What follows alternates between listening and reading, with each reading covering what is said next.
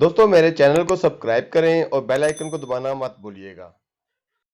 الحمدللہ رب العالمین والعاقبۃ للمتقین والصلاة والسلام علی سید الانبیاء والمرسلین وعلی آلہ واصحابہ اجمعین، اما بعد، بسم اللہ الرحمن الرحیم۔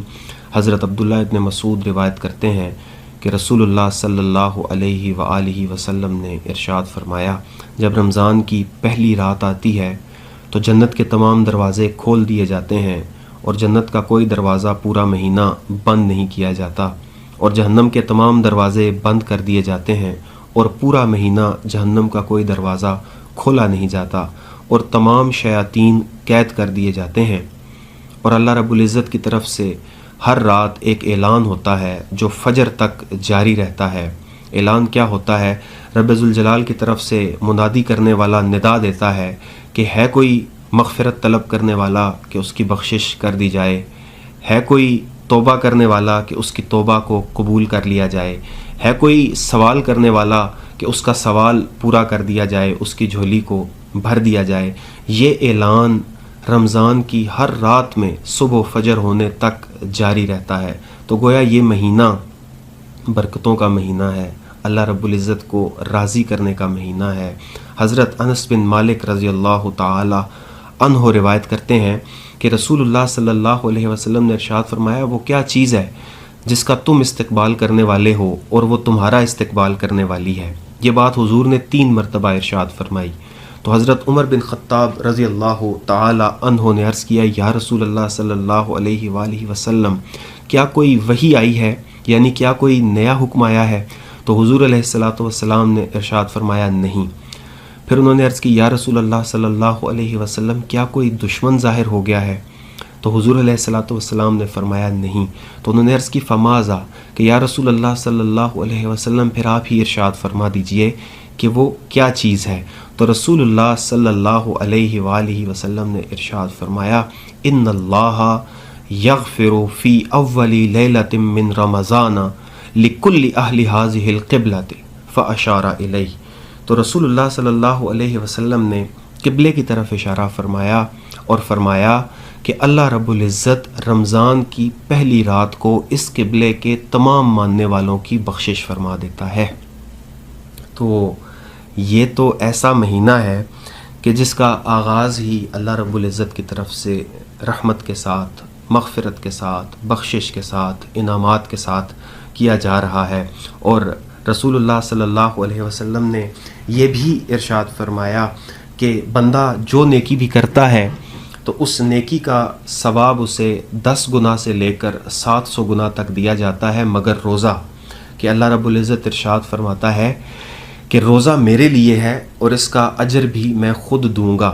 یعنی اللہ رب العزت نے یہ نہیں فرمایا کہ روزے کا بدلہ میں 700 گنا دوں گا یا 1000 گنا دوں گا، بلکہ رب ذوالجلال نے فرمایا کہ یہ عبادت خاص میرے لیے ہے اور اس کا اجر میں دوں گا۔ وہ اب کتنا اجر ہوگا اس کا اندازہ نہیں لگایا جا سکتا۔ اللہ رب العزت اپنی شان کے مطابق بے پناہ اجر عطا فرمائے گا۔ تو ان تمام حدیثوں سے ہمیں یہ بات سمجھ میں آتی ہے کہ یہ بڑا خاص مہینہ ہے، یہ مہینہ اللہ رب العزت کو پسند ہے، یہ اللہ رب العزت کی رضا حاصل کرنے کا مہینہ ہے، یہ معافی مانگنے کا مہینہ ہے، یہ توبہ کرنے کا مہینہ ہے، یہ گناہوں کو چھوڑ دینے کا مہینہ ہے، یہ اللہ رب العزت کو راضی کرنے کا مہینہ ہے۔ اور اگر اس مہینے کو ضائع کر دیا جائے تو یہ کتنا بڑا نقصان ہے۔ رسول اللہ صلی اللہ علیہ وسلم نے ارشاد فرمایا کہ اگر کوئی شخص جان بوجھ کر بغیر کسی شرعی عذر کے، بغیر بیماری کے رمضان میں 1 دن کا روزہ بھی چھوڑتا ہے تو پھر چاہے وہ ساری عمر روزے رکھتا رہے، وہ اس 1 روزے کا بدل نہیں ہو سکتا۔ یعنی رمضان کا 1 روزہ اگر کوئی شخص جان بوجھ کر چھوڑ دیتا ہے، بغیر کسی شرعی عذر کے، بغیر کسی بیماری کے، بغیر کسی مشکل کے چھوڑ دیتا ہے، تو پھر اس نقصان کی بھرپائی نہیں ہو سکتی، اس نقصان کا پھر ازالہ نہیں کیا جا سکتا کہ بے شک بندہ پھر ساری عمر روزے رکھتا رہے، لیکن جو برکتیں، جو فضیلتیں، جو اجر، جو ثواب، جو اللہ کی رضا رمضان کے 1 روزے کے ساتھ وابستہ ہے، وہ رمضان کے علاوہ پوری زندگی روزے رکھنے سے بھی حاصل نہیں ہو سکتی۔ تو اللہ رب العزت ہم سب کو رمضان کے روزے رکھنے کی توفیق عطا فرمائے اور ان روزوں کو ہمارے لیے بخشش، مغفرت اور اجر عظیم کا سبب بنائے۔ یہاں چند باتیں میں اور عرض کرتا چلوں روزے کے حوالے سے جو بہت زیادہ کی جاتی ہیں۔ ایک تو نیت کا مسئلہ ہوتا ہے کہ روزے کی نیت کیا ہے، تو میں یہ عرض کرتا چلوں کہ نیت دل کے ارادے کا نام ہے۔ چاہے کوئی بھی عبادت انسان کرنا چاہتا ہو، اس کے لیے نیت صرف یہ ہے کہ دل سے ارادہ کر لیا جائے کہ میں یہ عبادت کرنے لگا ہوں۔ مثال کے طور پہ کوئی شخص ظہر کی نماز پڑھنا چاہتا ہے تو بس اتنا کافی ہے کہ اس کے دل میں یہ ارادہ ہو کہ میں ظہر کی نماز پڑھنے کے لیے جا رہا ہوں۔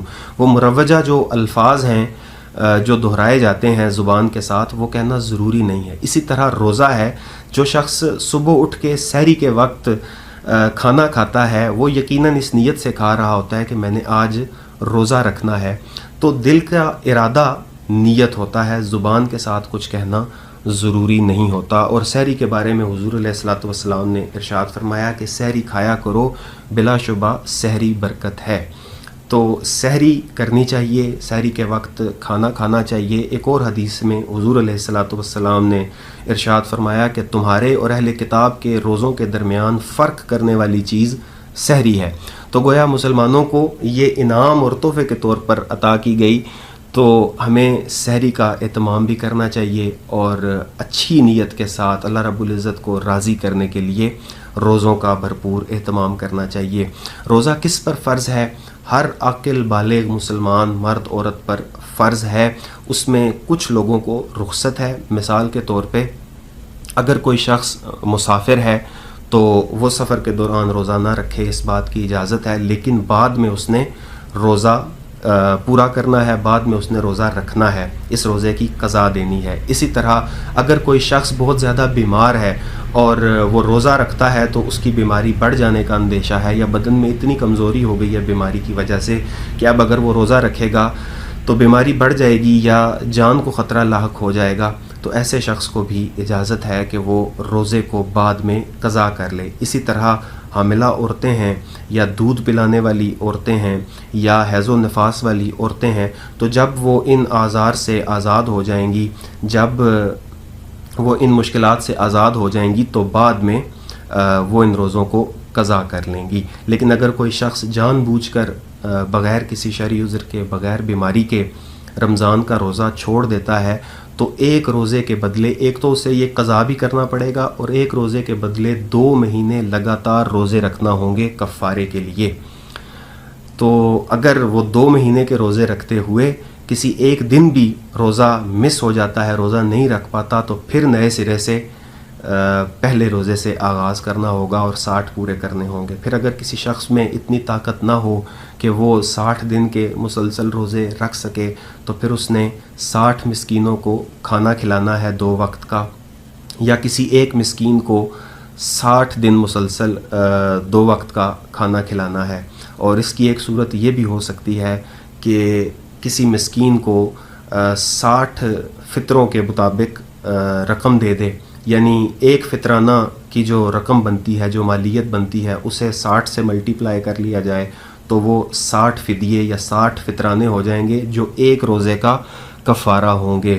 تو اللہ رب العزت ہمیں روزہ چھوڑنے سے بچائے اور روزہ رکھنے کی توفیق عطا فرمائے۔ اس کے علاوہ بھی کئی سوالات ہیں، کئی ایسی چیزیں ہیں جو روزے سے متعلق ہیں۔ انشاءاللہ ہم کوشش کریں گے کہ ایک پورا سبق اس حوالے سے ریکارڈ کیا جائے کہ روزہ کن صورتوں میں ٹوٹ جاتا ہے، کن صورتوں میں نہیں ٹوٹتا ہے، اور اگر روزہ ٹوٹ جائے تو کس پر قضا ہے، کس پر کفارہ ہے۔